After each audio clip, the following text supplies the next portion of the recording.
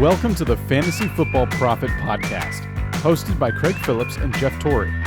Visit us at fantasyfootballprophet.com. And now your hosts, Craig and Jeff.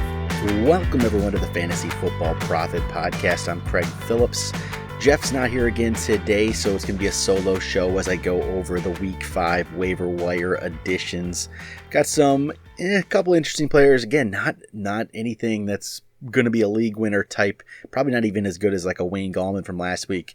There could be a couple of potential players, but we'll go over that in a little bit here. Also going to touch on the Sunday night game last night, which I didn't get a chance to go over, as well as the Steelers-Bengals game, which just wrapped up. But before we do that, make sure you guys go check us out on Twitter at the FF Prophet.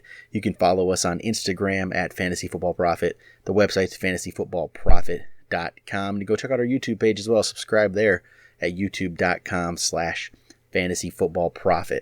So jump on, talk about the Sunday night game here just quickly before we get going. We've got Saints beat the Cowboys 12-10.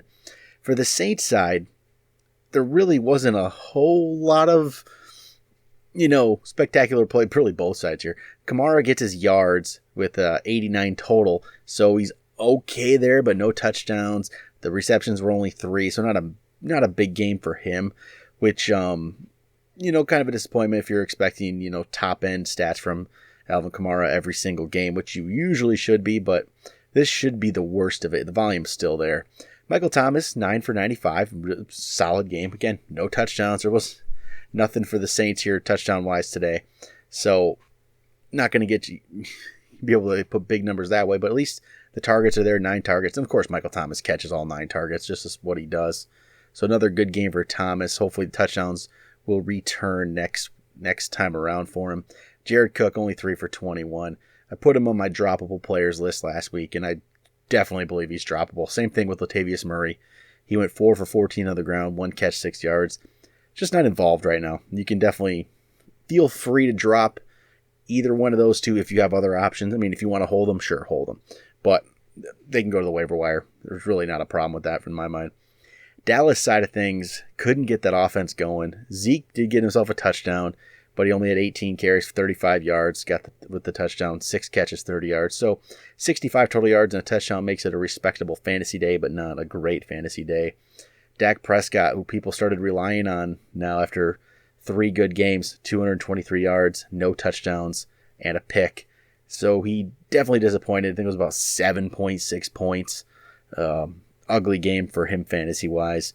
And then receiving, really everyone's kind of extremely average there. Jason Witten led the way with 50 yards receiving on 4 catches.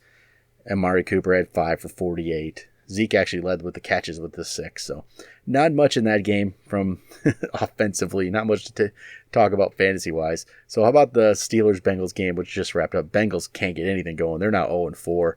Dalton, 171 and no touchdowns on a pick.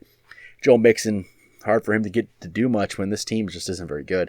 15 carries, 62 yards. He catches 4 balls for a total of 1 yard. Hey, I guess in PPR you get that 4 points, which... If you've listened, you know my stance on that. It shouldn't really count, but hey, it works for you in PPR. John Ross, 3 for 36. Tyler Boyd, 3 for 33.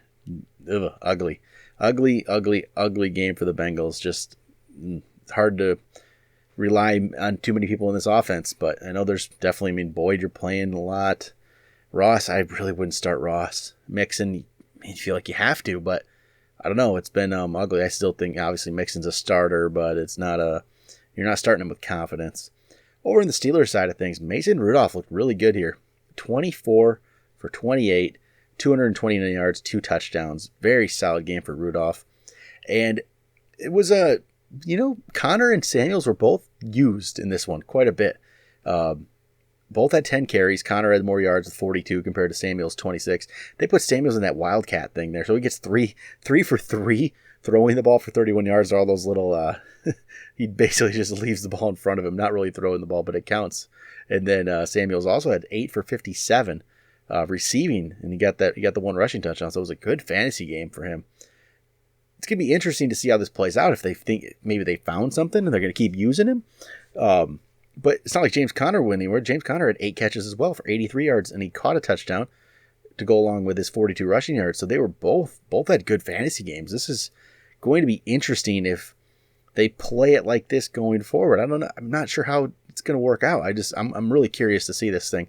Connor's still going to play him. Samuels, though, becomes interesting. Not starting him next week. I mean, unless you're in a bind, you need to. But I mean, just turned up last week. He did nothing. So it's interesting to say the least. It's something to watch. And then Juju Smith-Schuster, only 3 for 15. He's the one who misses Ben Roethlisberger the most. But the team didn't need Juju to do anything today. Deontay Johnson had 6 for 77. Got the 43-yard touchdown.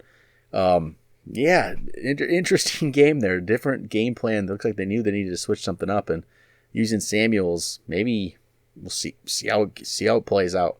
Not sure if that's something that'll continue or not. We'll wait and see. So, gonna jump over to some waiver wire players for this week. I'm gonna kind of break our typical 40% rule here with Jeff gone, just because there's not a lot to pick from it. I need to get the list going a little bit here. So I'm going to go a little bit higher. I'll start with my number one guy. He was my number one guy last week. He's still my number one guy. It's Ronald Jones, 41.2% owned. He definitely looked like the lead back there in Tampa finally. I've been waiting for this, and it looks like it finally happened. 19 carries, 70 yards, and a touchdown. He's had 14 for 80 the week before, 19 for 70 this week. I think he's the guy there. Pick him up if you still can. He's better than Peyton Barber. He's going to play. You need to get him on your team if he's still out there. He looks like he's out there in almost 60% of leagues, which is crazy to me. So go pick up Ronald Jones. My number 2 pickup is going to be Darrell Williams. So Darrell Williams, the yardage wasn't really there very much on the ground, only 8 for 13. He did catch 3 balls for 43 yards, but he got the goal line work with the 2 touchdowns. A lot of this depends on Damian Williams and if Damian Williams is back and how this works. But Darrell Williams had more work than Shady McCoy in this game. He had more touches. He is in for more snaps. So he's worth the pickup. We don't know what Damian Williams' health status is. And if Damian's out again, Darrell Williams can be a play. And maybe he keeps himself involved. This is definitely a running back by committee here. But Williams, got the goal line work. So, I mean, McCoy did get one as well, but Darrell Williams should keep himself involved. I'll go with number 3. I'm going to put Jalen Samuels here. Maybe it's a overreaction to the game just ended, but they clearly wanted to get him involved and use him in a lot of different ways. And so when the waiver wire is weak like this, he's only owned in 19.2% of leagues. I think you need to pick him up and figure out what exactly is it. They're going to play. We got Baltimore coming up this week, so it could be a tougher one. But, I mean, look at Nick Chubb just did to Baltimore, so you never know here. I think you got to pick up Jalen Samuels. And, I mean, obviously, if you absolutely need to play a guy this week, you can throw him in there, but I don't recommend it. But, hey, if they keep wanting to get him touches, he could be a play. My next guy, I'll go with Golden Tate. Going to be coming back from the suspension. Daniel Jones has shown he can play a little bit. He's a capable NFL quarterback, at least it looks like right now. Sterling Shepard's been getting, looks like a majority of the work so far, but Golden Tate, I think, can step in and be a factor right away for the Giants. So I'd pick up Golden Tate coming in this week. He was still good with Detroit. Didn't really, he came into Philadelphia last year halfway through, so it was hard to really see what he could do, but hey, they got he has a chance here. Minnesota could be a tough one. New England, the matchups aren't great for the next 2 weeks, but then it's Arizona, that could be a good one. So I pick up Golden Tate and see how this plays out. Next up, I don't love to put this one here. It just feels like a boring addition for me, but I'll throw Mohamed Sanu here if you're in a spot where you need a player for a week. Because, he's had 2 weeks in a row where he had 9 for 91 this past week. He had 6 for 75 the week before. Didn't really do much week 2, only 4 for 16. Week before, 5 for 57. So he's targeted. He's out there. His targets of this year have been 6, 7, 6, 12. If you need a player to throw in there that you think is just going to get you a small amount of points at the minimum, maybe you go throw Sanu. Again, don't love it, but the options are kind of limited if you just need to throw a guy in. Next up, I will pair the Tennessee Titans receivers here. So A.J. Brown, Corey Davis. They both had solid games this past week. I'm highly, highly skeptical of this, though. Corey Davis, I've been waiting for this for a long time with Davis, and it's just not happening. And so when you see this, it's not even that. I mean, it's an okay game. It's 5 for 91 with a touchdown. So it's nice to see, but with how inconsistent he's been, it's hard to trust. And I think you probably put him on your roster. I mean, I didn't care if I wasn't opposed to people dropping him last week. If you have a deep bench, you can still put him there. Don't give up anybody of value to get Corey Davis yet. I can't trust this. I can't trust it. It's not like the targets really went up too much. He only had 6 compared to the weeks before, 5 and 4. But hey, maybe, just maybe there's something here. And I've always loved the talent with Corey Davis. It's just haven't seen it. So maybe that'll change. A.J. Brown had the 3 catches here, 2 of them for touchdowns. Week 1, he went 3 for 100, so this one he goes 3 for 94. He's had 2 big weeks, and in between that, 3 for 25 and 1 for 4, but, I mean, it looks bigger with the 2 touchdowns. Again, a stash-type play. Don't pick him up and throw him in your lineup. That's not really what we're looking for here. I wouldn't recommend that part of it, but, hey, it's worth an ad. If you have a spot on your bench, throw AJ Green there, or AJ Brown. Next up, I'll pick Deontay Johnson, who just ended the game against Cincinnati here.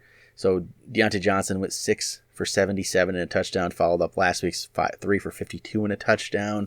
So he's definitely involved. He's more involved right now than James Washington is. Shoot, he might be more involved than Juju Smith-Schuster this past game. But so James Washington didn't catch a thing. Deontay Johnson, I'm very excited about him, I guess. Not really excited, but very interested in him. I'll say that. Very interested in what he can do. And when you see a rookie come on like this and start to become more involved, it could just pick up. And he's, him and Mason Rudolph, it's been a good thing for 2 games. So I'd pick up Deontay Johnson. This could be an interesting player to put on your roster. I really think this could end up pretty decent. How about, I'll throw a tight end in here, Chris Herndon.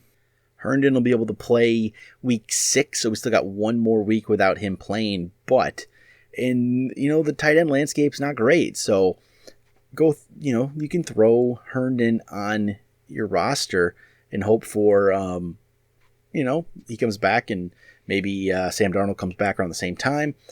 And it could be pretty decent because other than that, I don't see a lot of tight end ads right now. I mean, if Will Dissly still happen to be out there, but he is owned in 63 or 67% of leagues now, chances aren't likely. But, if Dissly is there, go pick him up.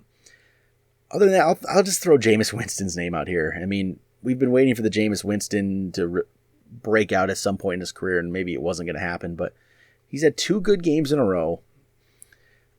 I'm not fully buying into this just because I've seen it before from Jameis, and it doesn't quite always follow through, but 2 games in a row with 380 plus yards, 4 touchdowns this past week, 3 the week before. Hey, it could be something. So if you need a quarterback, I think Jameis could be the ad. Throw him on your roster, and maybe this continues. He has 2 great receivers in Mike Evans and Chris Godwin. So if he can continue this, it could be pretty good. Bruce Arians, is his coach now. Maybe that's making a difference. It's starting to come around. So, yeah, throw Jameis on your team. I'm okay with it right now. And again, it's not going to hurt you if he doesn't quite turn out. Just get rid of him. But 2 good games in a row it's hard to discount that. And maybe this time we just hope the old Jameis, who now was 4 interception game, doesn't return. That's the only thing we can hope for. But I think that'll do it for Waiver Wire Week 5 edition. We'll be back tomorrow night. Talk to you guys then.